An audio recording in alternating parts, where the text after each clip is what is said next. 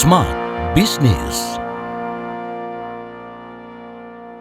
Dalam bisnis Smart Listeners, nggak cuma kita memikirkan untung rugi saja begitu ya. Kemudian aset-aset mungkin, tapi juga loh aset yang paling penting yang harus Anda pikirkan yaitu karyawan. Ini merupakan salah satu hal yang ada terus dan sangat bermanfaat untuk Anda para business owner, tapi kadang-kadang dilupakan. Nah, di kesempatan kali ini Smart Business di podcast ini, saya Tasya Rustama akan menemani Anda. Kita akan bahas seputar hal itu bersama dengan Pak Yuke Santoso. Beliau adalah founder dari Top Seluler dan juga beberapa bisnis lainnya. Halo Pak Yuke. Mbak Tasya. Hai. Ketemu lagi. Pak Yuke, seberapa penting sih karyawan begitu ya? Ini kan kalau saya dari view founder seorang karyawan begitu kan ya. Gimana sih bos itu menilai karyawan? Penting nggak sih kita ini? Gitu. Silakan Pak Yuke.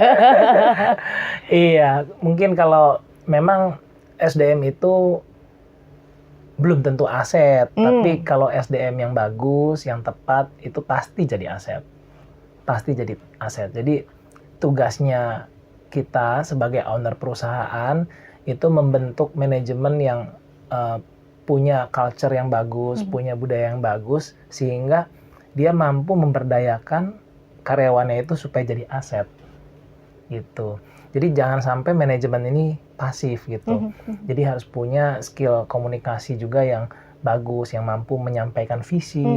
Kira-kira perusahaan ini mau dibawa kemana gitu kan. Nah, disitulah kita challenge-nya bagaimana memberdayakan karyawan itu. Ya salah satunya adalah seni untuk berkomunikasi, seni untuk mendidik. Kita punya tim itu sehingga paham gitu bahwa oh, harus seperti ini. Oh, yang diinginkan perusahaan itu seperti ini. Oh, untuk jadi pribadi yang bagus, yang kerja keras itu bukan hanya untuk keuntungan perusahaan, tapi kan untuk anak cucu dia juga.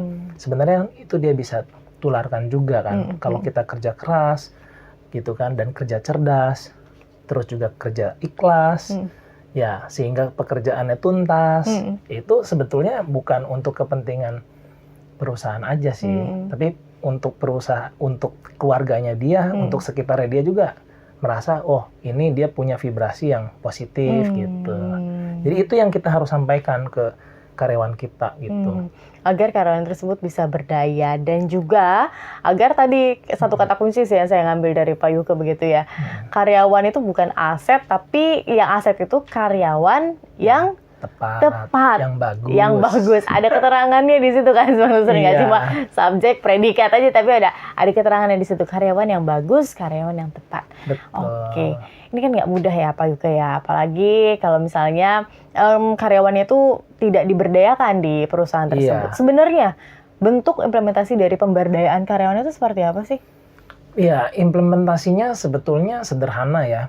Ketika karyawan kita ada lakukan kesalahan, itu momentum yang bagus untuk kita sebagai business owner untuk memberikan inputan, ya, untuk melatih gitu, sehingga skill dari pekerjaannya dia itu meningkat, dia punya mindset itu bisa sedikit berubah. Ini tahapannya ini dimulai dari pola pikirnya dulu gitu. Jadi ketika kita mau berdayakan agar produktivitas perusahaan kita meningkat, tentunya si karyawan ini harus mengerti dulu, gitu. Kenapa sih saya harus bisa begitu, gitu. Jangan sampai ketukar juga pola pikirnya. Ini perusahaan mau mengeksploitasi, gitu kan? Itu bahaya juga kan.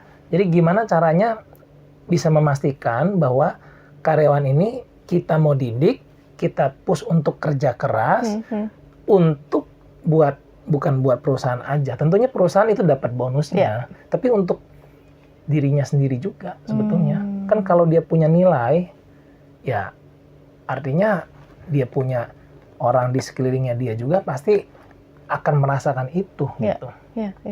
Gitu. Kalaupun nanti dia udah punya nilai bagus, perusahaan kita dengan alasan apapun tidak mampu memberikan support yang bagus ke karyawan itu, pasti dia banyak yang mau juga.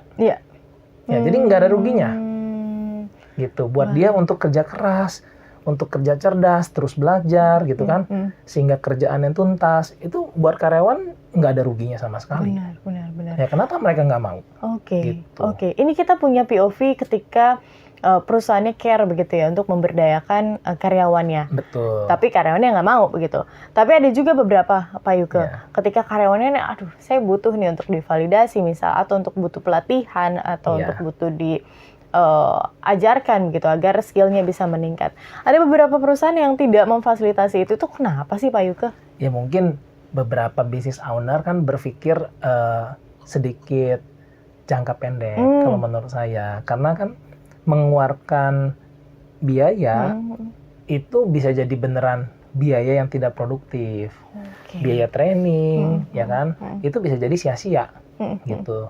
Tapi kalau buat saya pribadi, saya berpikir kalau investasi ke SDM yang tepat, itu sebenarnya investasi yang bakalan menguntungkan buat kita di jangka menengah dan jangka panjang. Otomatis kita memang harus bisa ukur sih. Kita harus bisa ukur seberapa efektif investasinya kita. Jangan-jangan kita investasi ke orang yang kurang tepat. Jadi kita harus menjadi giver yang tepat juga gitu. Kita berikan training ke orang yang tepat juga. Kalau orang yang nggak tepat, belum terbukti loyal, juga itu bisa jadi beban akhirnya. Tapi proses penilaian itu kan seperti telur dan ayam dulu gitu kan. Kita kalau nggak pernah mencoba juga, kita nggak pernah tahu ini orang tepat atau enggak. Jadi itu sebenarnya lebih ke strateginya kita sih. Bagaimana kita ukur dan anggarkan. Alokasikan budget itu untuk investasi SDM itu berapa dari profit misalkan. Jadi kan masih terukur kan. Gitu ya, kita nggak bisa juga kalau profitnya belum bagus gitu kan. Kita udah besar banget, mungkin dari sisi stakeholder kan kurang suka. Jadi kita harus ada balance-nya sih di sana. Ada nggak pemikiran Pak Yuke, ntar ketika karyawan saya sudah pintar, sudah mahir, malah hengkang dari perusahaan? Ya dulu mungkin awal-awal ya begitu. Cuma sekarang saya pikir ya, kalau kita punya budaya yang senang untuk berbagi ke orang-orang yang tepat, orang-orang yang tepat ini misalkan karyawan-karyawan kita juga melakukan hal yang sama, itu kita itu jadi seperti perguruan tinggi yang terbaik, yang nggak pernah kekurangan mahasiswa terbaik gitu. Ya jadi sebenarnya kita kan jadi diburu juga sama karyawan-karyawan yang berprestasi, yang ingin berkarir bagus gitu kan. Ya tetap ada yang pergi, ada yang datang. Tapi ya challenge-nya bagaimana yang bagus itu tetap stay gitu. Makanya dari sisi manajemen, dari sisi owner itu harus benar-benar hands on di bisnisnya. Benar-benar harus hands on di analisa tim ini tuh benar-benar tepat atau belum. Tim ini tuh mau nggak dididik gitu kan. Atau benar-benar udah nggak tepat karena nggak bisa, terus nggak mau. Ya itu segera kita harus mapping, kita harus bisa pastikan dia tidak terus di perusahaan kita, karena kasihan buat dia, kasihan buat temennya dia yang lain, kasihan juga buat bisnis ownernya. Jadi itu yang kita harus lakukan sih. Gitu. Karena kita tahu ya ada beberapa perusahaan kan yang bargaining untuk masuk ke sana tuh tinggi begitu kan ya. Karena tahu bahwa mereka ketika kita masuk ke sana, kita dikasihkan pelatihan, diberdayakan, hingga akhirnya pun kita mengabdi di situ kita diapresiasi. Pun kita keluar juga kita tetap bisa perform begitu. Dari mana sih sebelumnya perusahaannya A misalkan. Oh ya, jadi ketahuan begitu kan ya. Tapi gimana sih bisa tahu indikasinya bahwa yang kita lakukan ini sudah tepat? Cara kita memberdayakan karyawan ini sudah tepat, sudah ada di track yang benar. Itu ada indikasinya nggak Pak? Ya bisa. Itu tentunya kita bisa melihat dari beberapa sisi ya. Kita jangan lihat dari satu sisi. Pertama, kita ada customer. Customer satisfaction-nya seperti apa? Kita harus dapat umpan balik dan kita harus analisa. Satu itu. Yang kedua juga mungkin dari supplier. Dari supplier juga kan bisa memberikan data. Habis gitu dari customer internal. Antar departemen itu bisa saling feedback. Itu antar manajer bisa saling feedback. Nah itu juga dapat data juga kita kan. Nanti si manajer tersebut juga di departemennya itu ke bawah juga bisa menilai, dari bawah ke atas juga bisa menilai. Jadi semua sisi bisa kita ambil sih sampelnya, sehingga kita bisa cek, bisa lakukan survei, perkembangannya ini ada atau enggak, gitu. Ujung-ujungnya target dari KPI yang udah kita tentukan itu sudah tercapai lebih baik atau belum. Oke. Dari KPI itu terlihat ya bagaimana karyawan itu memang sudah berdaya atau belum di dalam perusahaan tersebut. Iya, harus bisa mengukur itu sih. Challenge-nya kan bagaimana kita mendelegasikan sebagai business owner ini, mendelegasikan ke departemen-departemen yang penting itu untuk bisa mampu menilai kinerja timnya juga. Tapi kita tentunya harus balance juga. Tidak boleh percaya juga 100%. Saya biasanya selalu terhadap apapun tidak pernah mau percaya 100%. Ya, katakanlah 90%. Itu udah tingkat kepercayaan tertinggi. Karena 10% ini untuk buffer kita, untuk menjaga dan mengontrol kita itu bagaimana dengan sedikit kecurigaan itu kita bisa mengebalance. Karena manusia itu bergerak terus kan. Ketika tahun ini oke, tahun depan belum tentu. Jadi ini kita harus cross check selalu gitu. Kinerja dari individu per individu itu kita harus cross check selalu. Ya harapannya memang kita punya sistem alarm itu udah canggih banget ya.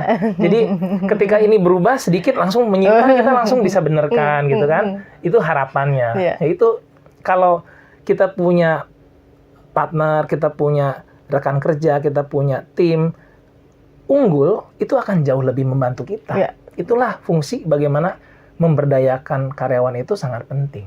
Karena dia akan membantu kita menjadi alarm ketika ada hal-hal yang nggak bagus. Idealnya seperti itu. Karena banyak tangan lebih baik daripada cuma sendiri begitu kan. Banyak otak juga lebih baik daripada sendiri begitu kan. Banyak kepala bisa jadi lebih baik kalau yang tepat kalau yang tepat juga tadi kan di awal.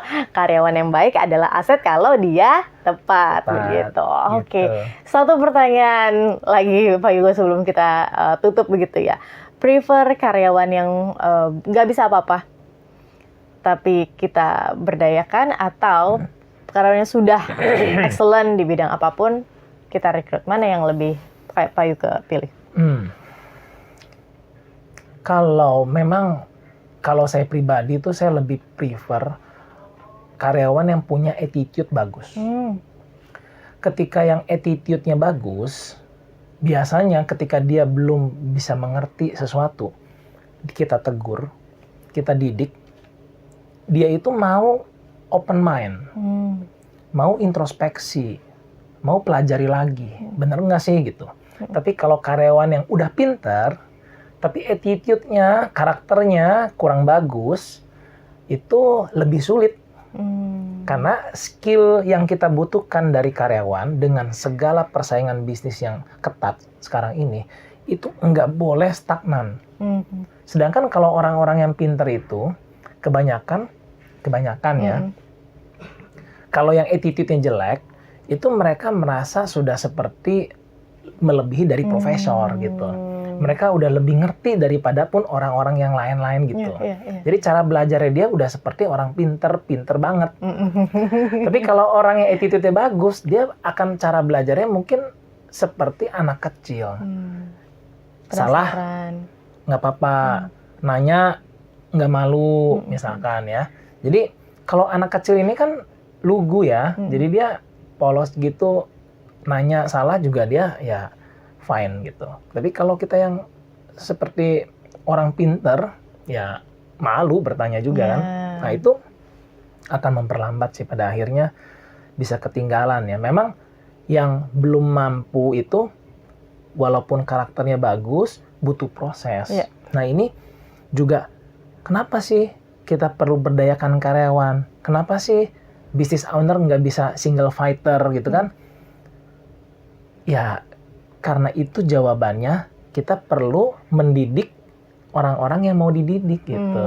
Jadi supaya karyawan yang udah diberdayakan ini bisa memberdayakan karyawan lain.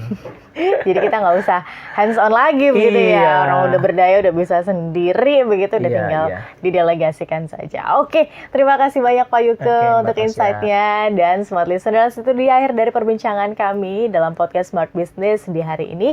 Pastikan Anda dengarkan edisi-edisi lainnya. Dan akhir kata, saya Tasya Rustama dan Pak Yuke Santoso. Kami mengucapkan terima kasih. Sampai jumpa. Smart Business. Lead you better.